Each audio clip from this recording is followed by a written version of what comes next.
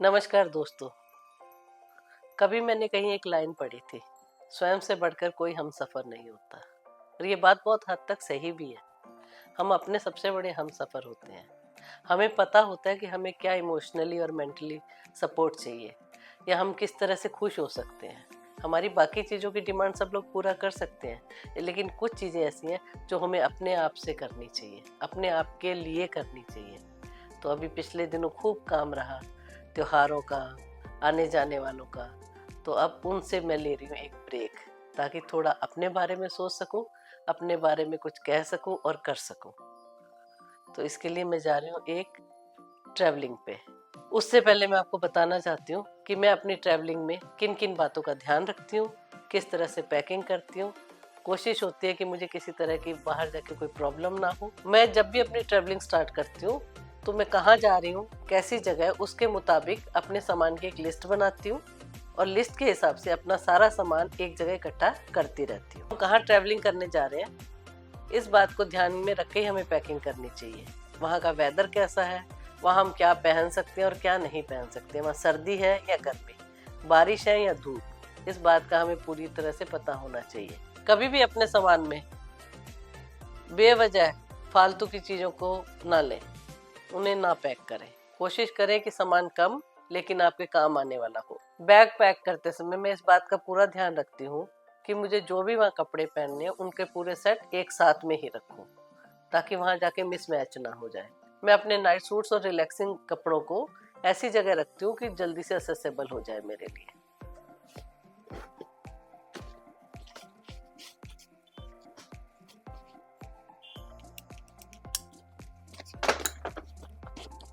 और अपने पूरे अंडरगारमेंट्स, सॉक्स और हैंकी, इनके लिए मैं एक अलग छोटा सा बैग बना के रखती हूँ, ताकि ये छोटी छोटी चीज़ें एक जगह पे पड़ी रहें।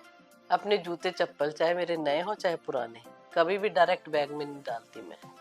उनके लिए मैं अलग अलग शू बैग्स और या पेपर बैग्स का इस्तेमाल करती हूँ। मैं अपने छोटे छोटे बैग्स को कैसे पैक करती हूँ ये मैं अभी आपको दिखाती हूँ। और एक बात और, अगर आप बाई एयर यात्रा कर रहे हैं तो कोशिश करें कि जो सामान की लिमिट बताई गई है, जो वजन की लिमिट बताई गई है, उसी में ही सामान लेके जाएं, अन्यथा आपको एयरपोर्ट पे भाग दौड़ हो जाए। ये देखिए मेरी बाथ एक्सेसरीज की और मेकअप की किट। ये मेरा फेस वॉश, ये सीरम, ये बॉडी बटर और सनस्क्रीन।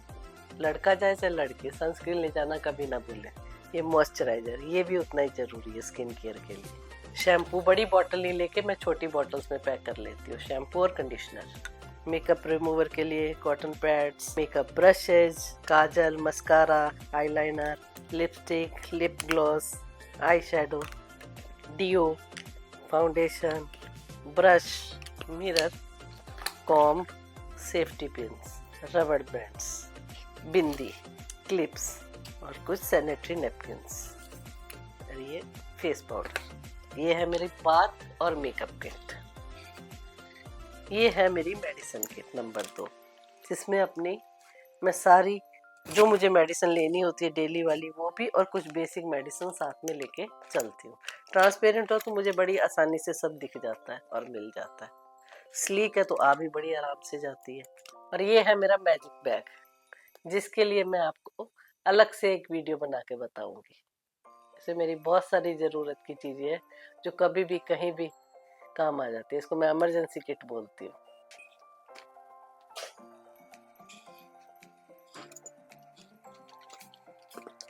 अपने ट्रैवलिंग बैग में 2 एम्प्टी लॉन्ड्री बैग रखना ना भूलें।